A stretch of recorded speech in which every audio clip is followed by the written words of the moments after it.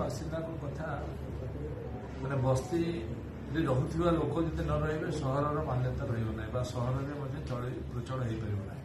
ତେଣୁ ତାଙ୍କର ଆବଶ୍ୟକତା ମଧ୍ୟ ସହରରେ ରହୁଥିବା ଲୋକଙ୍କ ପାଇଁ ବହୁତ ଜରୁରୀ ଅଛି। କିନ୍ତୁ ତାଙ୍କ ଜୀବନଶୈଳୀ ସେମାନେ ରହିବାର ଶୈଳୀ ଯାହା ଅଛି ସେହା ଉପଯୁକ୍ତ ନୁହେଁ। ନା ତାଙ୍କ ଷ୍ଟୋରେଜ ସିଷ୍ଟମ ଅଛି, ନା ରୋଡର କଣ୍ଡିସନ ଅଛି, ଚାହିଁଲେ ବି ସେ ହେଇପାରିବ ନାହିଁ ଯେମିତି ଅବସ୍ଥାରେ ଅଛନ୍ତି।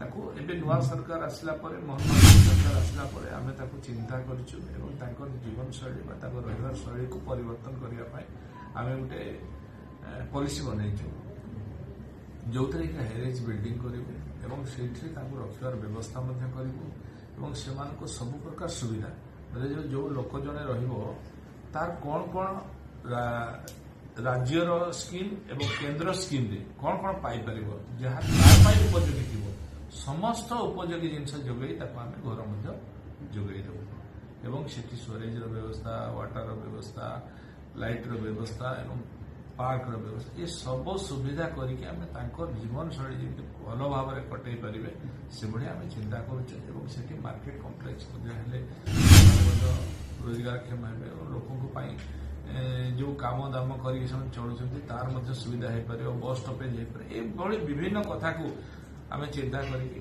ବର୍ତ୍ତମାନ କରିବାକୁ ଯାଉଛୁ। ଯାହା ମୋତେ ଲାଗୁଛି ଯେତେ କର୍ପୋରେସନ ଅଛି ସେ କର୍ପୋରେସନ ଗୁଡ଼ାରେ ଯେଉଁ ଗୋଟେ ଯେଉଁଗୁଡ଼ା ମ୍ୟୁନିସିପାଲିଟି ବଡ଼ ବଡ଼ ଅଛି ସେଠି ଆଉ ଗୋଟେ ପ୍ରକାରର ଏମିତି କରିକି ସେମାନଙ୍କର ସୁବିଧା ଯେମିତି ହେଇପାରିବ ସେମାନେ ରହିବା ପାଇଁ। କାରଣ ସମସ୍ତଙ୍କର ଗୋଟେ ଜାଗା ଏଇଥିପାଇଁ ଦରକାର ନା ତାର ବାସ ଗୋଟେ ଦରକାର। ତେଣୁ ଆମେ ଜାଗା ସବୁ ତାଙ୍କୁ ଘର ଯୋଗାଇ ଦେବୁ, ଅନ୍ୟାନ୍ୟ ସୁବିଧା ବ୍ୟାଙ୍କଠୁ ଆରମ୍ଭ ସବୁ ସୁବିଧା ତାଙ୍କୁ ସେଠି ଆମେ ଦେଇପାରିବୁ। ଏଭଳିଆ ଏକ ଯୋଜନା ଆମେ ପ୍ରସ୍ତୁତ କରୁଛୁ ଆଗାମୀ ଦିନରେ। କେବେ ସୁଦ୍ଧା ଇମ୍ପ୍ଲିମେଣ୍ଟେସନ କାର୍ଯ୍ୟକ୍ରମ ଜଲ୍ଦି ହେବାକୁ ଯାଉଛି, ଏଇଟା ପ୍ରାୟ କ୍ୟାବିନେଟରେ ପଡ଼ିବ।